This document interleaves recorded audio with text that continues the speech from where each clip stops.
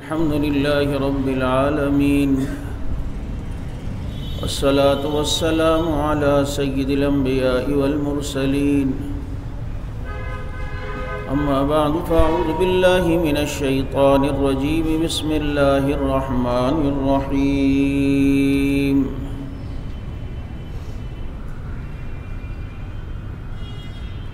فإن آمنوا بمثل ما آمنتم به فقد اهتدوا قال تعالى في مقام آخر ولن ترضى عنك اليهود ولا النصارى حتى تتبع ملتهم صدق الله مولانا العظيم ونحن على ذلك لمن الشاهدين والشاكرين والحمد لله رب العالمين يا رب صل وسلم دائما أبدا على حبيبك خير الخلق كلهم هو الحبيب الذي ترجى شفاعته لكل هول من الأهوال مقتحم اللهم صل على سيدنا ومولانا محمد وعلى آل سيدنا ومولانا محمد وآله وبارك وسلم واجب الاحترام گرامی قدر سامعین عزیز ساتھی و محترم دوستوں اور معزز بزرگوں، اللہ رب العزت نے اسلام کو تمام ادیان پر فوقیت عطا فرمائی اور اسلام کو اللہ رب العزت نے پسند فرمایا۔ ان الدین عند اللہ الاسلام، اللہ کے نزدیک سب سے پسندیدہ مذہب وہ اسلام ہے،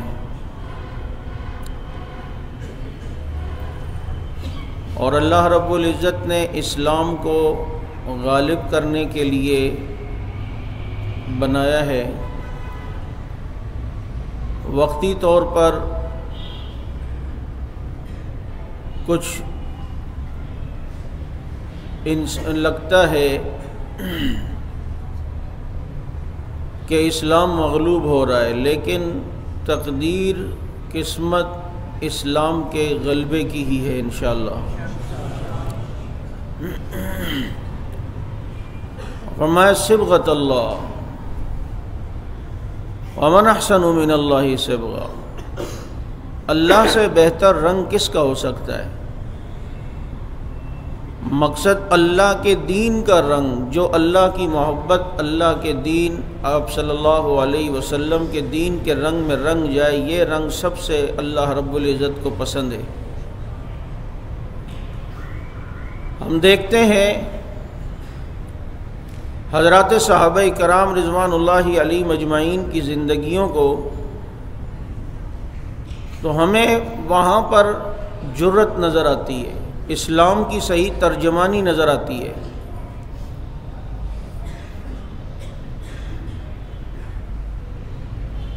میں تو کہتا ہوں کہ ہمارے ملک کے اندر اس کورس کو لازمی کر دینا چاہیے کہ جو شخص اسمبلی میں یا وزارتوں میں یا صدر بننا چاہتا ہے، جنرل بننا چاہتا ہے، کرنل بننا چاہتا ہے، اس کے لیے صحابہ کی زندگیوں کا مطالعہ لازمی قرار دے دینا چاہیے، تاکہ انہیں پتہ چلے کہ دشمن کے سامنے بات کی کیسے جاتی ہے، دشمن کے مقابلے میں ڈٹا کیسے جاتا ہے، اور جب وہ تمہارے سامنے آ کر اپنی انسانی حقوق اور اپنی انسانیت کے ساتھ محبت کو سامنے رکھے تو اسے اسی طرح دو ٹوک جواب دے جیسے صحابہ دیتے تھے۔ مسئلہ ہمارے یہاں یہ ہے کہ ہم نے حضرات صحابہ کرام کی زندگیوں کا مطالعہ نہیں کیا، ہم کفار سے جلدی متاثر ہو جاتے ہیں۔ اگر کوئی تمہیں صابن کی ٹکیا بھی دے دے، ہم وہیں ڈھیر ہو جاتے ہیں، یار یہ تو بہت اچھے لوگ ہیں، دیکھو یہ کتنی خدمت کرتے ہیں۔ رومیوں سے مقابلہ کرتے کرتے جب ایک علاقے میں پہنچے اور انہوں نے کہا پہلے مسلمان جرنیل سے مذاکرات کرتے ہیں، خالد بن ولید رضی اللہ تعالیٰ عنہ کو بلایا، اس رومی جرنیل کی آپ تقریر سنیں۔ اس نے اتنی فصاحت کے ساتھ حضرت خالد بن ولید رضی اللہ عنہ کو اپنے سحر کا جو ہے وہ گرویدہ بنانے کی کوشش کی، لیکن انہیں پتہ نہیں تھا کہ سامنے صحابی رسول ہے۔ اس میں ایک جملہ یہ بھی تھا کہ خالد تم لوگوں میں وفا نہیں عربوں میں، ہم کتنا تم لوگوں کے ساتھ تعاون کرتے تھے، عرب کے دیہاتوں میں ہم نے کتنا تعاون کیا، ہم نے عرب کے دیہاتوں میں کتنی امدادی جو ہے وہ مال تقسیم کیے، کتنے غریبوں کی معاونت کی ہے، لیکن اب جب تمہیں طاقت ملی ہے تم یوں گھوڑے دوڑا کر ہمارے سروں پر آ گئے۔ خالد بن ولید رسول اللہ صلی اللہ علیہ وسلم کا صحابی آگے سے جواب دیتا ہے، بھائی سن، یہ سب کچھ جو تم نے کیا تھا صرف اپنے مذہب میں لانے کے لیے، لوگوں کی ہمدردی لینے کے لیے کیا ہے، ہم پر کون سا احسان کیا ہے؟ اب اسلام آ گیا ہے تو یہ اسلام غالب ہو کے رہے گا۔ جو انسانیت کی خدمت اسلام کرتا ہے ایسی خدمت کوئی بھی نہیں کر سکتا۔ ایسے دو ٹوک جواب، یعنی کسی سے متاثر نہ ہونے والی قوم اسے صحابہ کہا جاتا ہے۔ وہ اگر متاثر ہوئی ایک دفعہ جو رسول اللہ صلی اللہ علیہ وسلم سے متاثر ہوئی تو پھر کسی سے متاثر نہیں ہوئی، کسی کی تعلیم سے متاثر نہیں ہوئی، کوئی انہیں اپنے سے متاثر نہیں کر سکا، کیونکہ محمد الرسول اللہ صلی اللہ علیہ وسلم کے محمدی رنگ میں ڈھل چکے تھے وہ لوگ۔ چنانچہ چونکہ یہ مہینہ جمادی الاول کا ہے اور میری کوشش ہوتی ہے اس مہینے کی مناسبت سے گفتگو کی جائے، کوئی واقعہ اگر رونما ہو، اس مہینے میں حضرت جعفر طیار رضی اللہ تعالیٰ عنہ کی شہادت بھی ہے۔ آپ صلی اللہ علیہ وسلم نے جو حضرات صحابہ کرام رضوان اللہ علیہ مجمعین کے لشکر کو بھیجا اور وہ موتا کی لڑائی، اور یہاں سے یہ 3000 کا لشکر گیا ہے اور انہیں اندازہ نہیں تھا کہ سامنے دشمن 2 لاکھ کی تعداد میں آیا ہوا ہے۔ اب اللہ کے نبی نے رخصت کرتے ہوئے پہلے ہی فرمایا تھا کہ یہ جھنڈا حضرت زید بن حارثہ کے ہاتھ میں ہو، وہ شہید ہوں تو حضرت جعفر طیار کے ہاتھ میں ہو، وہ شہید ہوں تو عبداللہ ابن رواحہ اس جھنڈے کو سنبھالے، وہ شہید ہوں تو پھر وہ جھنڈا کوئی بھی سنبھال لے۔ تو یہ تینوں حضرات کہتے ہیں کہ ہم سمجھ گئے کہ ہماری شہادت ضرور ہوگی، کیونکہ رسول اللہ صلی اللہ علیہ وسلم نے جب فرما دیا ہے تو اشارہ اسی طرف ہے کہ ہماری شہادت ہوگی۔ اور خالد بن ولید رضی اللہ عنہ بھی اس جنگ میں تھے، اور اسلام کی طرف سے حضرت خالد بن ولید رضی اللہ تعالیٰ عنہ کی یہ پہلی جنگ تھی۔ اس سے پہلے اسلام کے حق میں انہوں نے کوئی جنگ نہیں لڑی، اور جب وہاں گئے تو دنیا نے دیکھا اور مسلمانوں نے دیکھا کہ وہاں تو پوزیشن ہی کچھ اور ہے، تو 1-2 حضرات کی رائے آئی کہ مدینہ منورہ میں خط لکھ کر بھیجا جائے اور یہ صورتحال بتائی جائے اور کہا جائے کہ کمک بھیجی جائے کہ یہاں تو 3000 ہیں ہم اور وہ 2 لاکھ کے لشکر کو لائے ہیں۔ لیکن حضرت زید، حضرت جعفر، یہ حضرات کہنے لگے کہ ہماری تو مطلوب ہی شہادت ہے، جیت گئے تو غازی، نہ ہوئے تو شہید، کوئی مسئلہ ہی نہیں، لڑنا ہے، ٹکرانا ہے، مقابلہ کرنا ہے۔ اتنی بڑی جمعیت کے سامنے اتنے کم افراد بظاہر اسباب کے درجے میں اور دشمن کے مقابلے میں ڈٹ جانے والوں کو دنیا صحابہ کہتی ہے۔ آپ ان حضرات کے کارنامے پڑھیں، پھر آپ کو اندازہ ہوگا کہ انہوں نے کس طرح یہ دین ہم تک پہنچایا ہے اور کس طرح کے یہ لوگ تھے کہ 2-2 ہزار کے مقابلے میں جا رہے ہیں۔ اب جب یہ لڑائی ہوئی اور حضرت زید رضی اللہ عنہ شہید ہوئے، جھنڈا اللہ کے نبی کو بذریعہ وحی پتہ چل رہا تھا، اور اللہ کے نبی مسجد میں آتے تو بہت پریشان، چہرے سے پریشانی نظر آتی، اور اللہ تعالیٰ بذریعہ وحی بتا رہے تھے۔ ایک نماز میں نبی آئے، فرمایا لوگوں زید شہید ہو گئے ہیں۔ پھر دوسری نماز میں آئے پھر پریشان، اور اللہ کے نبی حضرت جعفر طیار کے گھر پہ گئے اور ان کے بچوں کو پیار کرنے لگے۔ ان کی بیوی کہتی ہے میں حیران ہوئی کہ اس طرح تو کبھی اللہ کے نبی ہمارے گھر پہ یوں نہیں آئے اور ہمارے بچوں کو یوں پیار نہیں کیا، کوئی واقعہ ہوا ہوگا۔ تو اللہ کے نبی نے فرمایا جعفر شہید ہو گئے، اور ان کے دونوں بازوؤں کو اللہ کی راہ میں شہید کر دیا گیا ہے۔ اب ان کے بازو تو نہیں ہیں، لیکن جعفر کو اللہ نے پر دیے ہیں اور ان پروں سے اڑ کر جنت کی سیر کر رہے ہیں۔ اسی لیے انہیں طیار کہا جاتا ہے۔ تو یہ طیور سے ہے، جیسے پرندوں کے پر ہوتے ہیں۔ چنانچہ حضرت جعفر طیار کی شہادت کی اطلاع دی، پھر ایک نماز میں آئے پریشان، کیونکہ اللہ منظر بھی دکھا رہا ہے نا کہ مسلمان گھیرے میں، اور پھر فرمایا عبداللہ ابن رواحہ بھی شہید ہو گئے۔ اب جب وہ جھنڈا تیسرے سے گرا، ایک مسلمان نے اٹھایا، وہ کہتا ہے میں نے دیکھا یار میرے پاس تو کمانڈنگ کرنے کی کوئی صلاحیت نہیں ہے، اتنے میں خالد پہ نظر پڑی تو جھنڈا دیا۔ میں نے کہا یہ تم سنبھالو۔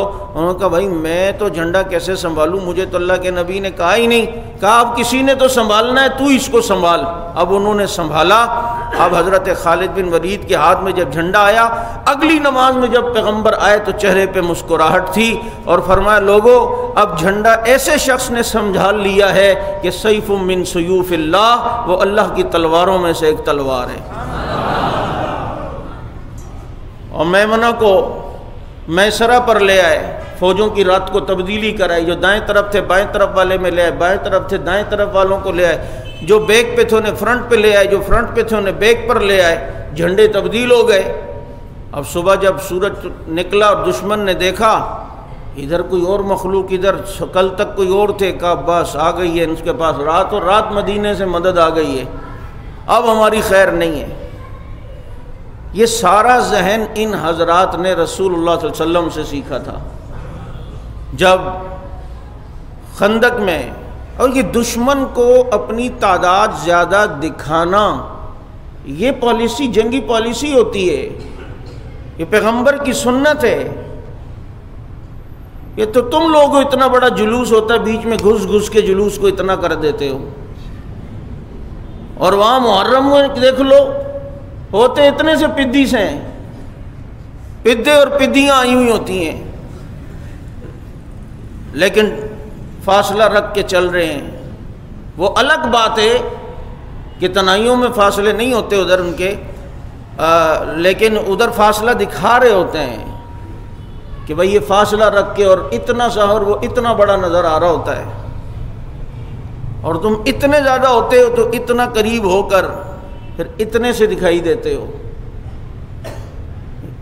جب احزاب کا واقعہ ہوا اور چاروں طرف سے جب مدینہ منورہ کو گھیر لیا گیا، تو پیغمبر نے صحابہ کرام سے فرمایا آج رات جو بھی کھانا پکائے گا اپنے لیے الگ چولہا جلائے گا، اپنی آگ الگ جلائے گا، کیونکہ ایک آگ جلتی تھی تو اس میں 10 آدمی کھانا پکتا تھا، 10 آدمیوں کا۔ تو پیغمبر کا مقصد یہ تھا کہ اتنی آگ ہر جگہ چولہے نظر آئیں کہ دشمن اس سے اندازہ کرے کہ اگر اس کو میں اس سے ضرب دوں تو یہ اتنی آگ ہیں، تو ایک آگ پر 10 آدمیوں کا کھانا بنتا ہے، تو پھر اتنی آگ میں کتنے آدمیوں کا؟ تو ان کی تو رات کو ہوا خراب ہو گئی جب اتنے چولہے جلتے ہوئے دیکھے کہ اتنی بڑی تعداد مدینے میں موجود ہے۔ واہ میرے پیغمبر، تیری حکمتوں پہ قربان جاؤں صلی اللہ علیہ وسلم۔ اور یہی ہوا جب مکہ فتح کرنے کے لیے پیغمبر گئے، اس وقت بھی پیغمبر نے یہی فرمایا، یہی پالیسی رکھی، تاکہ مکے والے اگر اونچی جگہ سے اس آنے والے لشکر کو دیکھیں تو مقابلے کی سکت نہ کر سکیں، ہمت نہ کر سکیں، اور پھر یہی ہوا۔ حضرت خالد بن ولید رضی اللہ عنہ نے بھی اسی طرح کیا، اور پھر لڑے اور پھر مقابلہ کیا، اور پھر دنیا نے دیکھا یہ 3000 کا مختصر لشکر 2 لاکھ کو بھگاتا ہے، اور وہ بھاگے۔ اب بعضوں نے کہا پیچھے پکڑو ان کو، حضرت خالد نے بس اب جتنا تھا اتنا ہو گیا، کافی، اب چلو۔ واپس آئے تو بعض مدینہ منورہ میں لوگوں نے کہا فرارون فرارون، بھاگ کے آ گئے۔ تو پیغمبر ان آنے والوں کے دفاع میں نکل کے کہتے ہیں فرارون نہیں، کرارون، یہ تو پلٹ کر دوبارہ دشمن پہ حملہ کرنے والے لوگ ہیں۔ تم خالد کو نہیں دیکھ رہے؟ اتنے بڑی جمعیت کے ساتھ مقابلہ کر کے ان کو بھگا کے بھی آئے ہیں اور اپنے لشکر کو بچا کے بھی آئے۔ میں یقین کریں جنگی معاملات میں جتنا حضرت خالد بن ولید رضی اللہ تعالیٰ عنہ سے متاثر ہوں اتنا شاید کسی سے نہیں۔ اللہ نے پیدا ہی خالد کو جنگوں کے لیے کیا تھا۔ کیا رعب تھا، کیا دبدبہ تھا، اور کیا دشمن کے مقابلے میں لڑنے کا انداز تھا۔ جس جنگ میں مسلمانوں کو دیکھا جاتا کہ ابھی وہ علاقہ فتح نہیں ہو رہا، صدیق اکبر رضی اللہ تعالیٰ عنہ وہاں خالد بن ولید کو بھیجا کرتے تھے۔ یہ مسیلمہ کذاب سے مقابلہ کوئی کم تھا؟ اتنی خطرناک جنگجو قوم، حضرت اکرمہ پہلے گئے ہیں، انہیں پسپائی ہوئی تو دوسرے محاذ سے خط لکھوا کر حضرت ابوبکر صدیق رضی اللہ عنہ نے حضرت خالد بن ولید کو جنگ یمامہ کے لیے بھیجا۔ اچھا جب آتے تھے تو پہلے پورا جائزہ لیتے تھے علاقے کا، کہاں سے کیا کرنا اور کیا نہیں کرنا۔ رومیوں سے مقابلہ کرتے ہوئے میں جب ان کے مطالعہ کر رہا تھا فتوحات کا، ایک دفعہ تو میں نے دیکھا کہ ایک علاقے کا اس میں ذکر آیا کہ ایک قلعہ، اور اس قلعے کے باہر زمین پر چاروں طرف گولائی میں اس قوم نے بڑی خندقیں کھودی ہوئی تھیں۔ یہ فارس کے علاقے میں، یہ فارسیوں سے جو لڑائی تھی، کیونکہ فارسی جو تھے یہ ایرانی یہ خندقیں کھودتے تھے دشمن کو روکنے کے لیے۔ یہی وجہ ہے کہ احزاب کے موقع پہ حضرت سلمان فارسی رضی اللہ تعالیٰ عنہ نے خندق کھودنے کا مشورہ دیا تھا۔ چنانچہ یہ چاروں طرف خندق، اور اتنی لمبی کہ اس سے گھوڑا چھلانگ نہ لگا سکے، اور اتنی گہری کہ کوئی گر جائے تو اوپر نہ آ سکے، اور اس میں پانی چھوڑا ہوا ہے۔ اب حضرت خالد بن ولید جب اس علاقے تک آئے، قوم کی اس کی یہ علاقے کی پوزیشن دیکھی، صحابہ سر پکڑ کے رہ گئے کہ اب یہ کس طرح فتح کریں گے۔ قلعے تک تو چلو چلے جاتے تھے، دشمن کے تیر بھی برداشت کرتے تھے، سب کچھ ہوتا تھا، لیکن وہاں تک جائیں تو جائیں کیسے؟ تو خالد بن ولید رضی اللہ عنہ نے یوں جائزہ لیا پہلے اور حکم جاری کیا، فرمایا کہ لشکر میں جتنے بھی بیمار اونٹ ہیں سب کو ذبح کر دو۔ سب اونٹوں کو ذبح کیا جو بیمار تھے، اور فرمایا ان کو لا کر ایک جگہ خندق میں تہ بتہ ڈالتے چلے جاؤ۔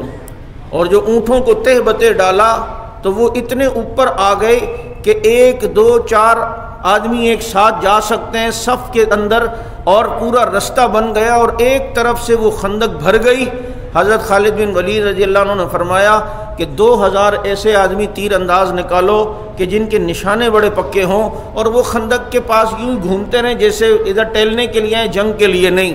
اور جیسے ہی میں اشارہ کروں تو انہوں نے تیر چلانے ہیں، اور اس قلعے کے اوپر جو لوگ کھڑے ان کی آنکھوں میں لگنا چاہیے، یہ میں پہلے بتا رہا ہوں۔ اب آنکھوں میں جا کے تیر لگے، اور ادھر وہ تیر مارنے لگے، ادھر سے اس رستے سے تم نے ایک دم حملہ کر دینا ہے۔ چنانچہ اسی طرح ٹہل رہے ہیں، حضرت خالد بن ولید کا اشارہ ملا، اور ادھر صحابہ کرام نے تیر برسانا شروع کیے، ان کے چہروں کے اوپر وہ تیر لگے، اور یہاں سے صحابہ کرام اس خندق کی بھری ہوئی جگہ سے گھسے ہیں، اور دشمن کو تگنی کا ناچ نچایا ہے، اور بتایا ہے کہ دنیا کے بڑے بڑے قلعے ان کے سامنے خدا کی قسم کوئی ایک بھی رکاوٹ نہیں بن سکتا۔ شاید انہی کے لیے اقبال نے کہا تھا، 2 نیم ان کی ٹھوکر سے صحرا و دریا، سمٹ کر پہاڑ ان کی ہیبت سے رائی۔ اللہ کی مددیں تھی۔ اور پھر چلتے چلتے علاقوں کی فتوحات تھی، پھر فاروق اعظم رضی اللہ عنہ کا دور آیا، اور وہ مشہور واقعہ کہ 4 سے 6 مہینے ہو گئے بیت المقدس کے محاصرے کا، لیکن فتح نہیں ہوا، اور دشمن مقابلے میں اتنا ڈٹا ہوا ہے کہ قلعے سے باہر ہی نہیں آتا۔ ان کے پادریوں نے کہا کہ پہلے دیکھ لو کہ ان کا امیر کیسا ہے، کیونکہ ہماری کتابوں میں ایک شخص کی نشانی لکھی ہے اگر یہ وہی ہوا تو میں تمہیں مشورہ دوں گا لڑنا نہیں۔ شرافت سے اس نے چابیاں دے دینا اور پیچھے ہٹ جانا اور قلعہ کھول لینا، بیت المقدس ان کو دے دینا۔ چنانچہ ابو عبیدہ بن جراح رضی اللہ عنہ تک پیغام پہنچایا گیا کہ بھئی ہمارے پادری آپ کو دیکھنا چاہتے ہیں، آپ قلعے کے سامنے آئیں۔ حضرت ابو عبیدہ بن جراح جب آئے، پادری نے غور سے دیکھا، اپنے لوگوں سے کہا خوش ہو جاؤ، یہ فتح نہیں کر سکیں گے، یہ وہ نہیں ہے جس کی نشانیاں ہماری کتاب میں، ڈٹو مقابلہ کرو، اس کی یہ نشانیاں ہیں۔ حضرت ابو عبیدہ بن جراح رضی اللہ تعالی عنہ نے فاروق اعظم رضی اللہ عنہ کو خط لکھا، آپ تشریف لائیں، اور پھر چشم فلک نے وہ منظر دیکھا اور تاریخ کا وہ عظیم واقعہ کہ کسی علاقے کو اگر کوئی اکیلا شخص فتح کرتا ہے، دنیا اسے فاروق اعظم کہتی ہے، بغیر لڑے۔ حضرت عمر رضی اللہ عنہ مدینہ منورہ سے چلیں، وہ جو مسلمان کئی مہینوں سالوں سے جنگوں میں تھے، مدینہ نہیں آ پائے، حضرت عمر کی آمد پر اتنے خوش تھے، اور فاروق اعظم رضی اللہ تعالیٰ عنہ وہاں پہنچے ہیں، ایک جگہ پڑاؤ ڈالا اور پھر کپڑے دیے کہ حضرت مذاکرات کرنے جانا ہے، ان کے اوپر کپڑے کوئی ایسا ہو ان کو پتہ تو چلے کہ مسلمانوں کا کوئی امیر ہے۔ کپڑے پہنے اور اپنے سواری کو چھوڑ کر دوسری سواری ان کو دی، وہ اس پہ بیٹھے، تھوڑا سا کپڑوں پہ نظر گئی، ایک دم کپڑے رک جاؤ میرے وہی 17 پیوند والے کپڑے دو۔ عمر کو اللہ نے کپڑوں کی وجہ سے عزت نہیں دی ہے، اللہ نے عمر کو اسلام کی وجہ سے عزت دی ہے۔ واپس وہی کپڑے، یہ تو اللہ نے کروانا تھا نا، وہی کپڑے دوبارہ اپنی سواری پہ دوبارہ بیٹھیں اور چلے ہیں۔ باری پھر غلام کے اوپر بیٹھنے کی تھی، کہا اب تیری باری ہے۔ اب جب آگے آئے، پادریوں نے جو اپنے قلعے سے دیکھا، حضرت عمر کی آنکھوں کو دیکھا، اپنی کتاب کو دیکھا، کبھی عمر کے چہرے کو دیکھتے ہیں، کبھی اپنی کتاب کو دیکھتے ہیں، کبھی عمر کے بالوں کو دیکھتے ہیں، کبھی اپنی کتاب کو دیکھتے ہیں، کبھی عمر کے گندمی رنگ کو دیکھتے ہیں، کبھی کتاب کو دیکھتے ہیں، کبھی عمر کے قد کو دیکھتے ہیں، کبھی اپنی کتاب کو دیکھتے ہیں، کبھی عمر کی سواری اور سواری کے انداز کو کہ غلام اوپر خود پیدل ہے، کبھی کتاب کو دیکھتے ہیں۔ پادریوں نے کہا آ گیا، یہی شخص ہے، اس سے ٹکرانا نہیں، اگر ٹکراؤ گے تمہاری نسلیں بھی ختم ہو جائیں گی۔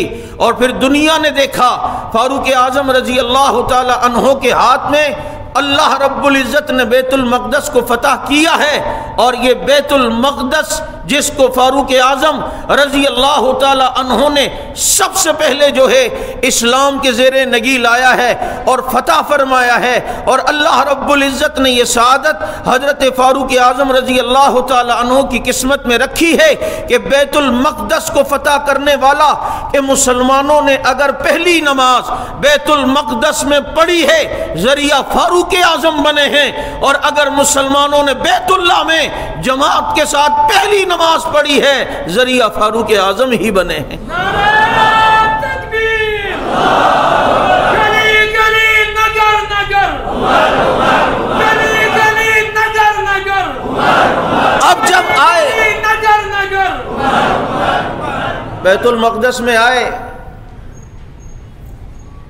پادریوں نے استقبال کیا اور حضرت عمر سے فرمانے لگے، کہنے لگے یہ ہمارا کلیسا ہے، اگر 2 رکعت یہاں آپ نماز پڑھ لیں، 2 رکعت۔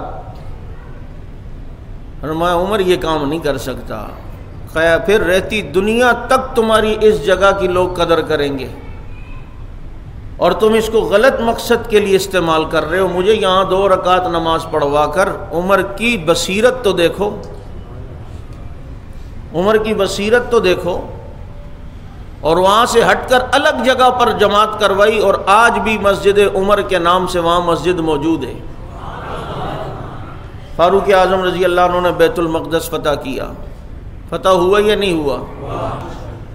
وَلَن تَرْضَ عَنْكَ الْيَهُودُ وَلَا النَّصَارَى حَتَّى تَتَّبِعَ مِلَّتَهُمْ، یہ یہود و نصارہ تم سے کبھی بھی راضی نہیں ہو سکتے جب تک تم ان کی ملت میں داخل نہ ہو جاؤ۔ خود یہودی یا عیسائی نہ بن جاؤ. ہم نے پاکستان نے کیا کچھ نہیں کیا ان کے لیے، سارے اڈے دیے، سب کچھ دیا، افغانستان کی ایسی کی تیسی کروا دی، ہم نے بحری راستے ان کو دیے، انفارمیشن ان کو دی، سب کچھ دی، لیکن ڈو مور کا نعرہ اس کا چلتا تھا. وہ آج بھی کہتا ہے پاکستان نے ہمارے لیے کچھ نہیں کیا. انہوں نے کبھی تک کچھ نہیں کیا جیسا کرنا چاہیے تھا. تم سب کچھ دے دو، یہ تم سے راضی نہیں ہو سکتے. قرآن کہتا ہے جب یہ راضی ہو ہی نہیں سکتے تو اس کو راضی کرے نا. جن کو راضی کرنے والوں نے جب اس کو راضی کیا، 43 ملک جمع ہو کر ان کا مقابلہ نہیں کر سکے. اور خدا کی قسم وہ آج بھی جب پگڑیاں پہن کے مذاکرات میں آتے ہیں لگتا ہے کہ کوئی خالد بن ولید کے روحانی بیٹے کھڑے ہوئے نظر آ رہے ہیں.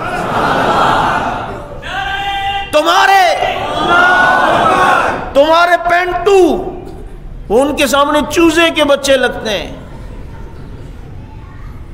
تم بھلے جو کچھ کرو. یہ شیخ رشید تو عمران خان کے پینٹ پہن کے، اور ان کو دیکھو.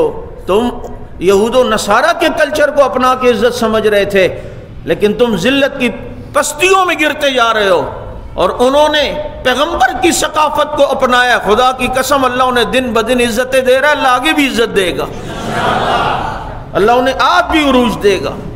میری تو آنکھوں سے آنسو نکل آئے تھے جب میں نے یہ کیا نام تھے جن کو پکڑ کے یہاں سے افغانستان کے سفیر کو دیا تھا، ہاں جی، عبدالسلام ضعیف، جب مذاکرات کی ٹیبل پہ بیٹھے میں تو اس انداز پر حیران ہوا ہوں.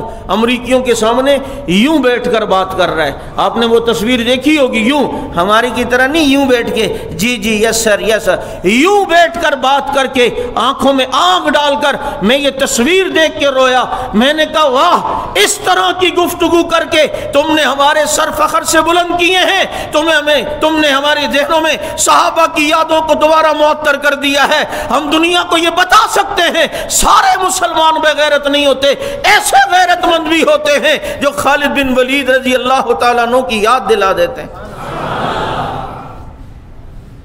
یہ یہود و نصارہ ڈرتے ہیں، وہ ہمیں ڈراتے ہیں ایسے ہی.